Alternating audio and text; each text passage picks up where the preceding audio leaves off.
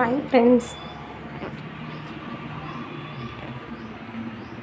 ఈరోజు నేను కరివేపాకు కారం చేస్తున్నాను. ముందుగా కావాల్సిన పదార్థాలు: పచ్చిశనగపప్పు, మినపగుళ్ళు, సాల్ట్, కొద్దిగా జీలకర్ర, కొంచెం మెంతులు, వెల్లుల్లిపాయి, చింతపండు, ఎండుమిరపకాయలు, కరివేపాకు. ఇవన్నీ బాండీలో వేసేసి బాగా వేయించుకోవాలండి. వేయించేసుకొని నేను పెట్టేసుకున్నాను. ఇలాగా ఎండుమిరపకాయలు, మనం తీసుకున్న దినుసులు మొత్తం కలిపేసి వేయించి పెట్టేసేసాను. కరివేపాకు ఇలా వేయించుకోవాలి. ఒక అరగంట సేపు బాగా చల్లారనివ్వాలి. చల్లారిన తర్వాత వీటిని మిక్సీ జార్లో వేసుకొని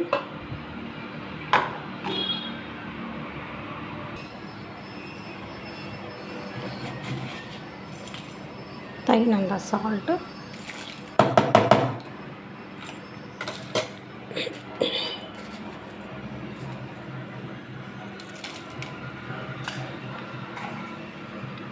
వెల్లుల్లిపాయలు,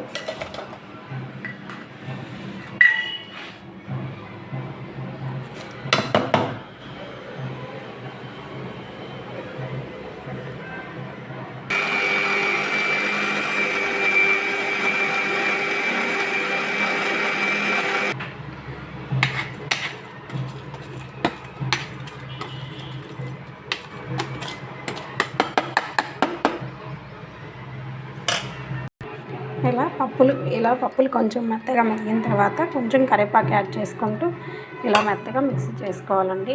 పట్టుకుంటే ఇలా ఉండేలాగా ఉండాలి. కొంచెం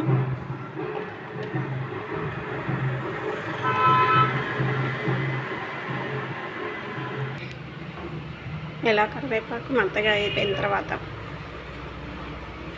కొంచెం మనం ముందుగా మిక్స్ చేసి పెట్టుకుని పౌడర్ వేసుకుంటూ తిప్పుకోవాలి.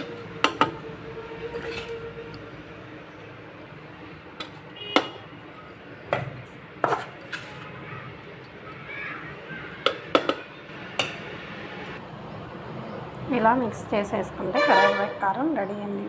రైస్లోకైనా, ఇడ్లీలోకైనా కానీ, దోశలోకైనా చాలా బాగుంటుంది.